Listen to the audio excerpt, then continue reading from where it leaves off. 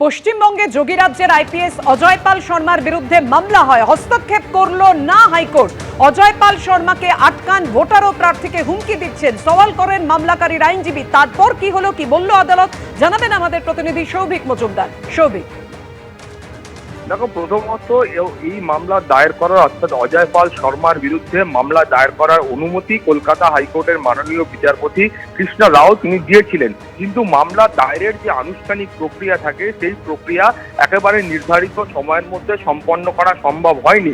তখন আমরা দেখতে পেলাম যে দুপুর 3টের সময় যখন আইনজীবীরা এসে এজলাসে উপস্থিত হলেন, সেই সময় প্রথমেই বলা হলো যে এই মামলা দায়েরের প্রক্রিয়া এখনো সম্পন্ন হয়নি। ফলে মাননীয় বিচারপতি কৃষ্ণা রাও তিনি প্রশ্ন করেন যে মামলা দায়েরের প্রক্রিয়ায় যখন সম্পন্ন হয়নি তখন এই মামলার বিচার প্রক্রিয়া আরম্ভ হবে কি করে। ফলে এই মামলার বিচার প্রক্রিয়া আরম্ভ করা সম্ভব নয়। ফলে তারপরে তিনি তার অবস্থান স্পষ্ট করে বলেন যে তিনি স্পষ্ট করে বলছেন যে অফিসাররা বা যে আধিকারিকরা এই নির্বাচনের কাজের সঙ্গে যুক্ত রয়েছেন তাদের বিরুদ্ধে আগামী 29শে এপ্রিল অর্থাৎ আগামী কাল পর্যন্ত তিনি কোনো রকম পদক্ষেপ গ্রহণ করবেন না।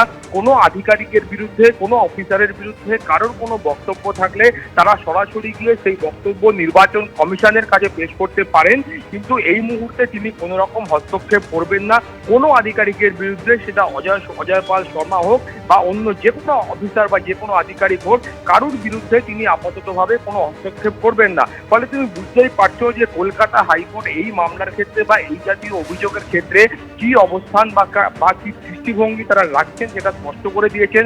ফলে আইনজীবীরা বলছেন যে এখন এই মামলা দায়েরের প্রক্রিয়া সম্পন্ন হলেও সেটা শুধুমাত্র আনুষ্ঠানিকতার পর্যায়ে থাকবে, এই মামলার গ্রহণযোগ্যতা কিন্তু আর থাকলো না। ফলে তুমি বুঝতে পারছো যে এই মামলার ক্ষেত্রে মূল যে অভিযোগ করা হয়েছিল সেই অভিযোগে বলা হয়েছিল অজয় পাল শর্মা তিনি একেবারে গিয়ে ভোটারদের হুমকি দিচ্ছেন, তিনি একেবারে গিয়ে প্রার্থীদের হুমকি দিচ্ছেন, বাড়ি বাড়ি গিয়ে তিনি হুমকি দিচ্ছেন বলে অভিযোগ করা হয়েছিল এবং কলকাতা হাইকোর্টের কাছে আবেদন করা হয়েছিল যে অবিলম্বে অজয় পাল শর্মাকে আটকানো হোক, তিনি যেন এই কাজ না করতে পারেন সেই নির্দেশ কলকাতা হাইকোর্টের তরফ থেকে দেওয়া হোক।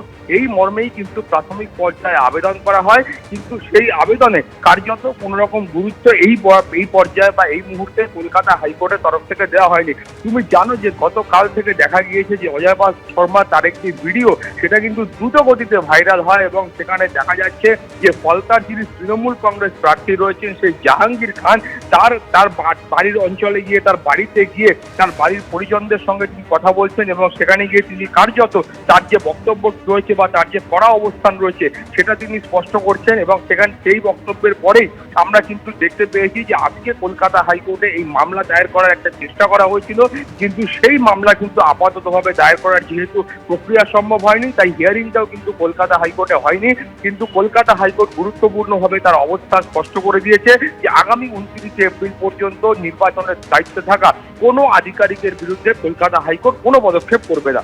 পাপিয়া, ধন্যবাদ। এবিপি আনন্দ এগিয়ে থাকে, এগিয়ে রাখে।